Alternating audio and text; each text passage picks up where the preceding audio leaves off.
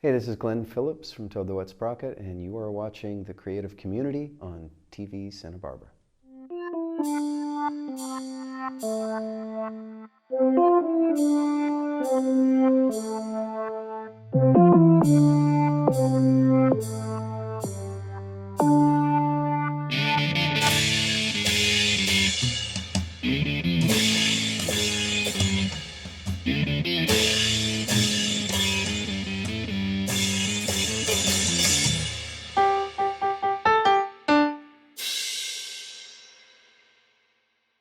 Welcome to The Creative Community.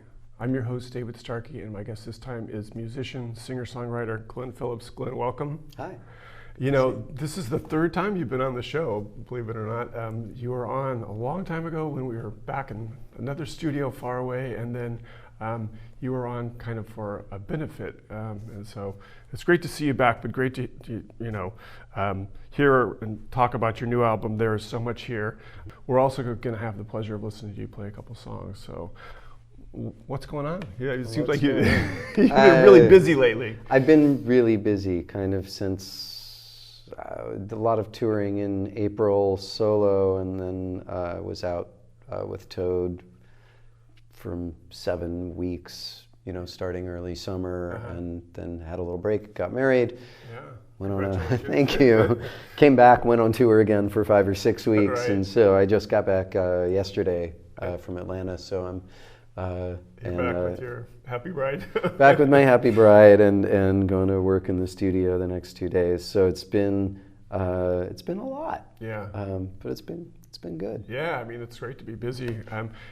I was checking your tour schedule because I was trying to see about interviewing you, and it was just every single day it felt like almost. Yeah, it's one night stands. So we're 5 to 6 nights a week. We're working different town every show. So it's a lot of travel, a lot of work. Our crew's amazing. Yeah. So you're traveling by bus or? Traveling by bus, yes. Although our bus did break down in West Virginia. Right. That's a song right there. Yeah, I know. So we had, although there's the stories of like it's so hard. So we rented a van and got right. It's not really hardship. Compared to many things, yeah. The silliest thing was we ended up in the only bus we could find to replace our bus was, they call them a star coach, where the back, instead of being a lounge, it's designed for leads. It's designed for a star to be in on the nights where they're. No, it's not. It's like the people who are taking the private jet. It's designed for them on a night where it's a short drive. Okay, right. And so. There's 9 of us, and there were only 6 bunks, and so we have crew members. We're sleeping in the aisle of the bus on the floor, so it got scrappy. Yeah. It was fun, but we're still in a bus. Yeah, so. And you guys are still talking after all this time. Still talking. Yeah. That's good. Yeah. I mean, on a tour like that that's so intense, what are some of the highlights and lowlights? I mean, besides breaking down. I mean, it's just. Playing the show is great. It's getting to make the music. That's the best part of the day. And for me, I have a lot of, I tend to go to sleep right after the show. As time has passed, I do a lot more to make sure my voice will stay intact. And so it gets worn out easier as I get older. And so, my thing is vocal care and getting rest, and then I wake up in the morning, and since we drive at night in the bus, I get to wake up in the new town, and I have till about 3 before sound check, so I get to run and walk around town. Go explore the place. Yeah, go explore the place, and I've become, being a runner, that's kind of my favorite thing, is just checking out. Most big cities are built on some kind of river, and there's always a trail next to the river, so I make a beeline for that, and And you feel good for the rest of the day, yeah, and then I feel good the rest of the day. So are these mostly places you've been to many times? Yes. Yeah. We've been everywhere. Multiple times, to the point where I forget about it. I mean, my first wife was a midwife, and she had this description of the first time she was at the farmer's market, and a woman walked up to her and said, "Oh, Laura, you were there at the birth of my child." And she's thinking, I have no idea who you are. Right. Like, how could I forget?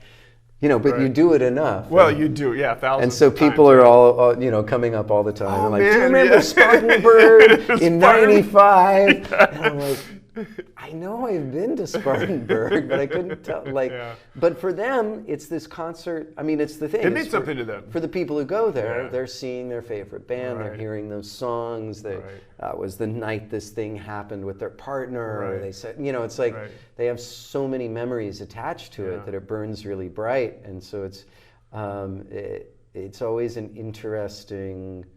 How can I say, like, the shows that I remember, or the musical experiences that I remember, you know, most of them were unamplified and there was no audience. You know, it was stuff that happened between friends or, you know, and so, you know, it's the intimacy of the moment that makes it really stick out to me.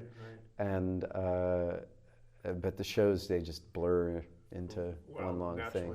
Yeah. When you're out on your own as a solo act, you said earlier in the year you were doing that. How does that differ, other than, you know, a lot fewer people involved, I assume? I work a lot harder on a solo show, so I'm driving and settling the shows. You know, I'm driving and tour managing and settling the merch, and you're the guy. I'm the guy, and so often I'll have my friend Jonathan Kingham with me.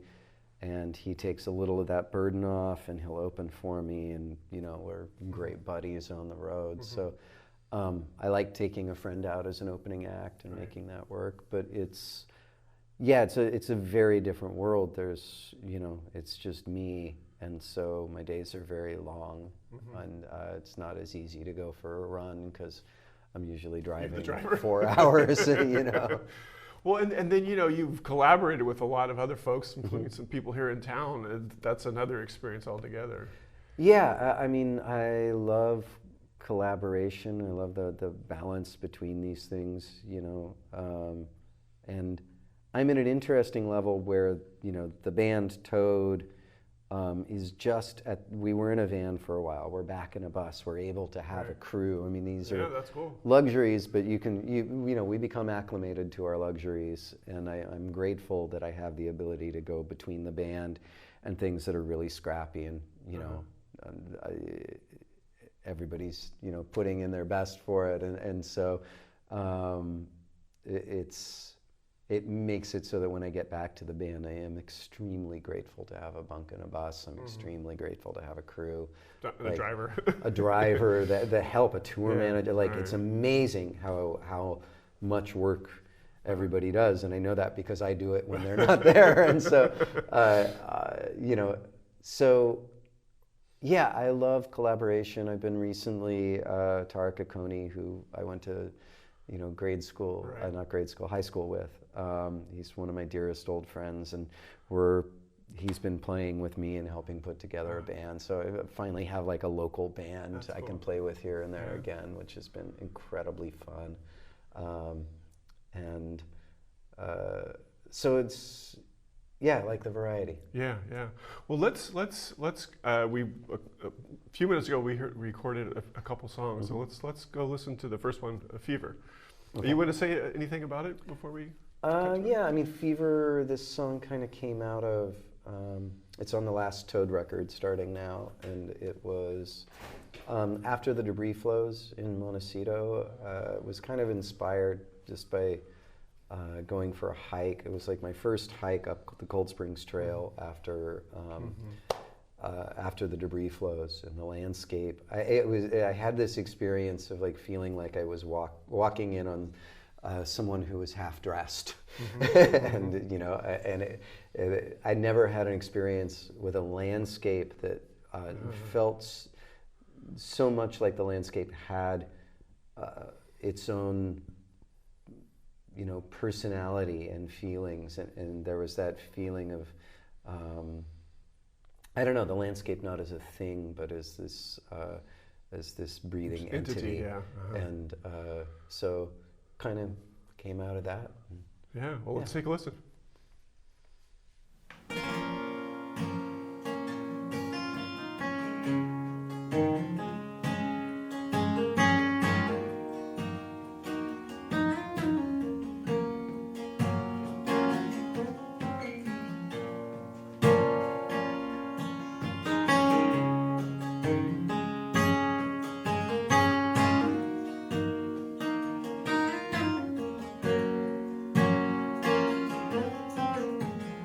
With a shrug of her shoulders, the mountain came down, toward a path all the way to the water, through my sleeping town. And the trails I'd wandered, all erased in the birth of the million-year-old rock, from the naked gasping earth. Oh, my children, where you gonna go? Now you lost the land you called your home. When the earth is burning, fever on her brow, crying, oh, my children, who will save you now?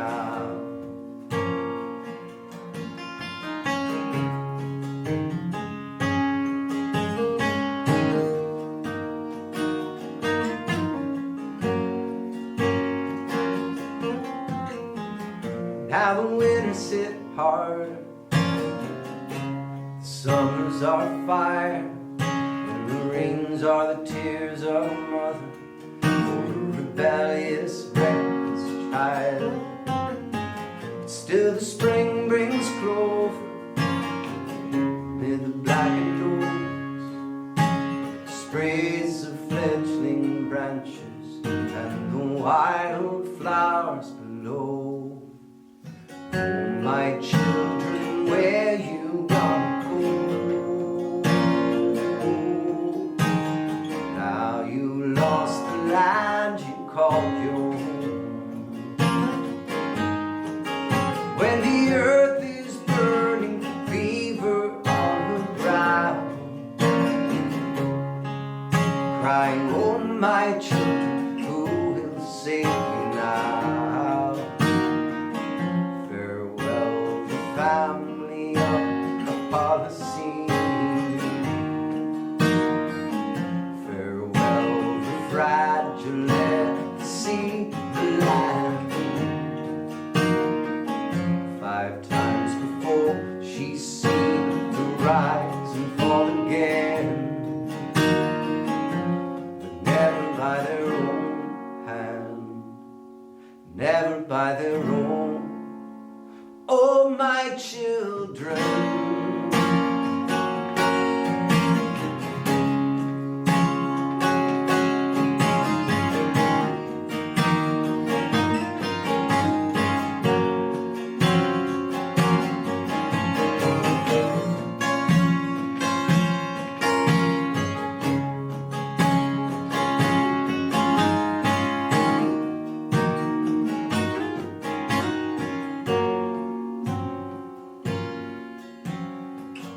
chaos was my lover, fate is my bride. We will meet at the edge of the ocean and the ever-rising tide. Oh, my children, where you gonna go? Now you lost the land you called your home.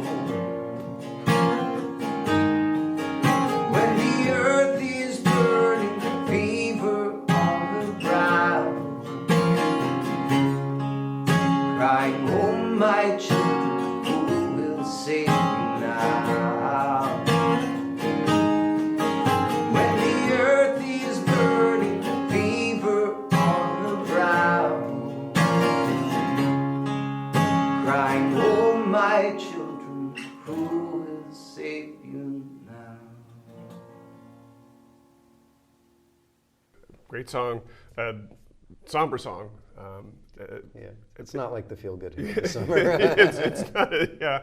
But you know, since we've just heard it, can you tell me a little bit about the composition process? As a fellow writer, I'm always curious about that. Yeah, I am a firm believer. I call it nucleation. I read about there was a book called Plant Intelligence in the Imaginal Realm that I read a while ago, and it was talking about nucleation is a thing that will happen where, like it's common with certain dust particles or bacteria that likes to be spread airborne via water vapor. And so it's this way of kind of making water freeze at what would be at a lower or higher temperature, kind of creating a shape that helps water crystallize, right? And so that'll happen if you have like a really clear lake where it's just pure water. It'll go below freezing and not actually freeze, but you throw a little dust in there, you throw a nucleation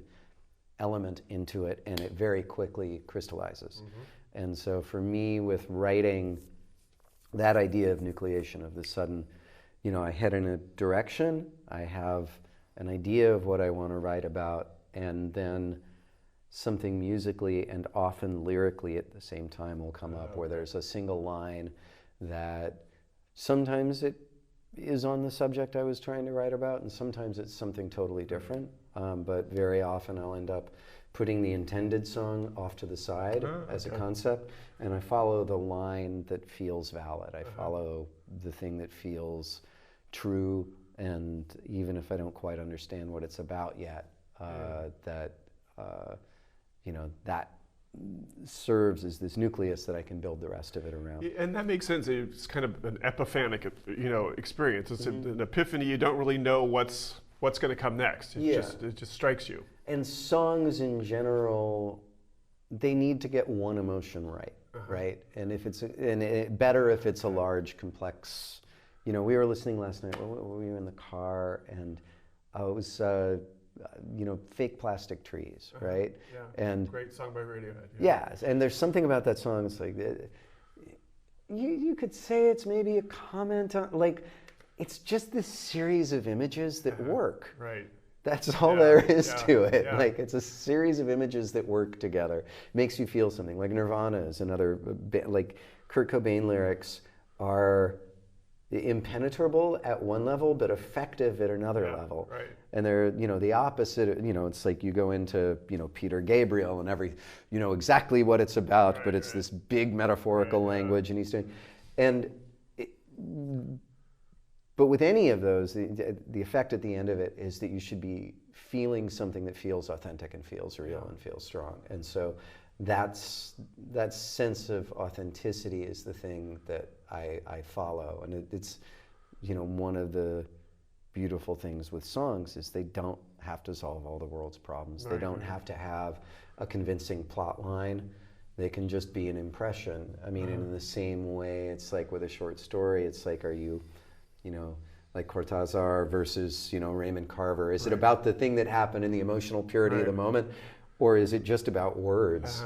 You know, Cortázar is this, he's not my favorite short story writer, but he's just about words. He does something, He's just about, like, what can you conceptually do with even the idea of narrative, and how can you turn it inside out and write something that hasn't been written before. So, I mean, songs are wonderfully pliable in that way. Well, I'm thinking too, you know, you mentioned two fiction writers and Tom York and Kurt Cobain. What the latter two have is the ability to deliver the material in a way that we can't do that on the page. I mean, how much is that crucial to you as a singer when you're... I write for my voice, and my voice has changed over the years, and I've had to, you know, move a lot of the original keys with the Toad stuff down. But I also feel like in the last decade for me, I went through a lot of changes and a lot of new experience, you know, divorce, and I kind of refer to it now as the psychedelic Rumspringa, was, you know, and had this like big kind of spiritual awakening, and then also some disillusionment and coming back to kind of more solid ground, and still making sense of all that. But, you know, I'm really glad I didn't do the hemp shirt record in the middle of all that. But it's been interesting to, you know, see how that even changed the way I sing. I was singing I've been doing a lot of community choir leading, and I was doing a lot of singing in yurts, more sacred music, and there was something in that that opened my throat in a different way. Yeah, there's a little slightly rougher edge to your voice that I find really helps deliver the song. It makes it... Yeah, and so there are these places in my voice. Toad was always trying to make me sing as high as possible, and there was the sound of the roughness of the straining at the top instead of like this warmth. And that's what it is, warmth, found that new range, and even found a new relationship with music, where there was a period where, you know, I couldn't sing without thinking of my career, and I always, it would stress me out and make me sad, you know, and so getting to have this period where most of the music I was singing was not for a paid audience, and it was about, you know, gratitude for life, and singing music that was, you know, more in a sacred tradition, gave me an appreciation for the purpose of music, and you know, once again, really unlocked some things in my voice that hadn't been there before, and an ease and kind of a new belief in what the power of music was, and a remembering of why I wanted to sing in the first place. But there's also, it's made for an interesting, you know, current, what do you call it? Writer's block of, what do you call it? Writer's block. Trying to figure out how to get back to a sense of play from a sense of being very purposeful, or having these major life things where you know what you need to write about because it's the only thing in your life, because it's so overwhelming. And whether that was, you know, divorce or, you know, this, you know, lockdown and falling in love again in the middle of that. Some of it's really positive, but it was also overwhelming. And so now there's this feeling of like, God, I want to make music that's resonant with people and that makes a difference in their life. But if you overthink how to achieve that, you're not going to achieve that. So there's this, and there's the feeling of like, aren't there enough, you know, men like me in the world trying to say something important? Should I just shut up and leave room for other voices? And so, you know, all these reasons to step away. And I think the way, you know, back into creativity for me is more silence and more play, and the important stuff comes out of the play. So I know one of the important things is your kids. So I have had the pleasure of teaching your middle daughter on a study abroad, and our youngest daughters are roommates in New York right now. How does family fit into the sort of the composition process, and just also being on the road a lot, you know? I mean, well, you'd have to ask them about the being on the road is probably something they'll all have to have years of therapy for. But also my job meant that I got to be a really present father when I was home, and playful, and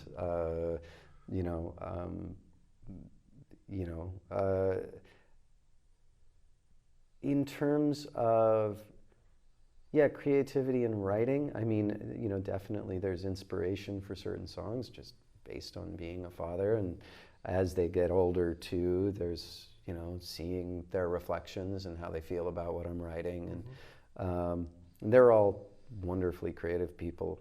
Super smart kids. I feel like I've lucked out.